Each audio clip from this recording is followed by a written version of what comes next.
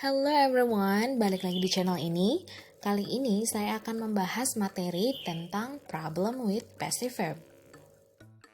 Passive merupakan lawan kata dari active. Oleh karena itu, kita harus tahu dulu apa itu active sentence dan apa itu passive sentence. Active sentence creates a direct connection between the subject, the verb, and the object. Sedangkan passive sentence separate the subject from the action. Oke, itu adalah perbedaan dari active sentence dan juga passive sentence. Untuk lebih jelasnya, kita lihat contoh berikut ini. Margaret wrote the letter.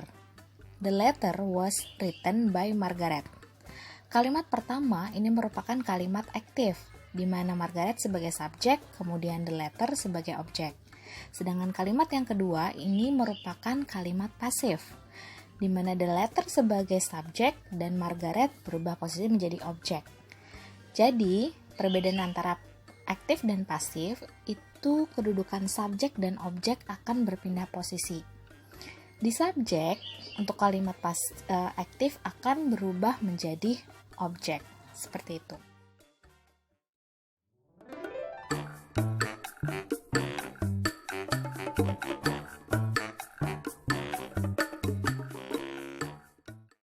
Here is the pattern of passive sentence.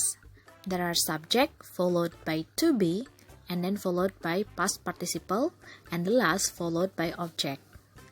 By di sini sifatnya optional, boleh ada, boleh tidak.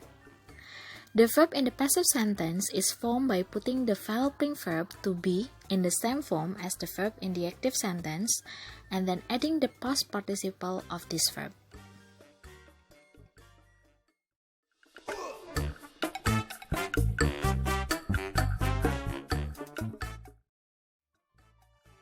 Okay, here I give you other examples. The first sentence, my carrot is eaten by Erika. Wortel saya dimakan oleh Erika.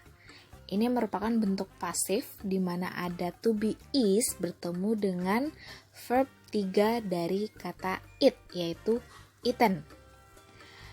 Sedangkan pada contoh yang kedua, the meeting was cancelled. Pertemuannya dibatalkan. Ini pun juga merupakan bentuk pasif pada tenses past tense, di mana ada to be was bertemu dengan verb 3 dari cancel, yaitu cancelled. Untuk kalimat yang ketiga, this door will be locked. Ini juga merupakan bentuk passive sentence dari tenses future tense. Will bertemu dengan be, kemudian diikuti dengan verb 3 dari kata lock, yaitu locked. Pintu ini terkunci. Seperti itu. Ya. Di sini bisa disimpulkan bahwa subjek dan objek pada kalimat aktif akan bertukar tempat pada kalimat pasif. Contohnya yang pertama, my carrot is eaten by Erika, itu adalah kalimat pasif. Dari kalimat aktif, Erika eats carrot. Seperti itu. Mudah bukan?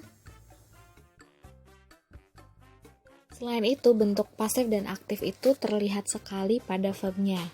Jika dalam kalimat aktif itu terdapat imbuhan me, seperti Erika memakan wortel, tapi pada kalimat pasif itu akan berubah menjadi dimakan.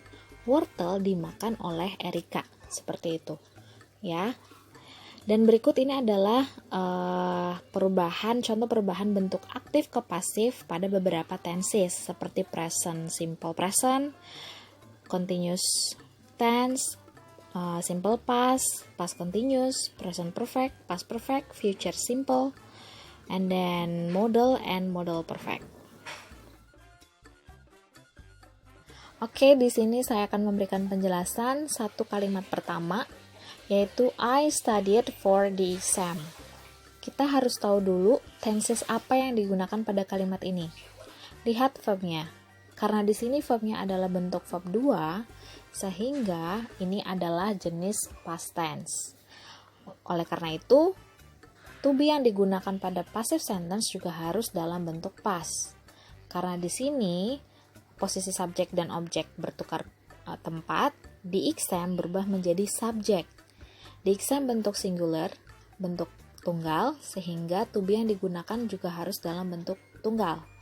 Was merupakan to be tunggal pada past tense. Jadi bentuk dari passive sentence dari active sentence ini adalah the exam was studied for by me. The following are examples of passive errors that might appear on the TOEFL test.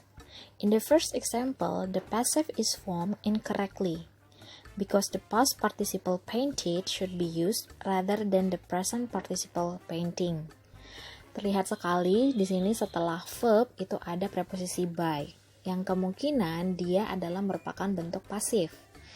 Dan juga di sini ada famous artist yang bisa memiliki kedudukan sebagai subjek dan the portraitnya adalah sebagai objek pada kalimat aktif. Dan kemungkinan ini adalah bentuk pasif. Sehingga kalimat yang benar adalah the portrait was painted by the famous artist. Dan untuk kalimat yang kedua, parrots and crows are considered the most intelligent bird. Di sini ada yang salah. Kenapa? Karena to be tidak bisa bertemu dengan verb 1. To be kemungkinan bisa bertemu dengan verb 3 atau verb ing. Coba kita lihat. When there is no object with or without by after a verb, you must look at the meaning of the sentence to determine if the verb should be in active or in passive. Ya, jadi kalau menemukan case seperti ini, kalian lihat dari meaningnya. Apakah dia itu dalam bentuk pasif atau dalam bentuk aktif, seperti itu. Untuk yang satu ini dia dalam bentuk pasif, yaitu the parrots and crows are considered the most intelligent bird. Oke, so far so good everyone. Saya harap kalian paham tentang problem with passive verb ini. Jika kalian masih ada pertanyaan seputar passive verb, silakan komen di kolom bawah ya. Oke, cukup sekian. Stay safe, stay home, and wear a mask. And thank you for watching and see you on the next video. Bye!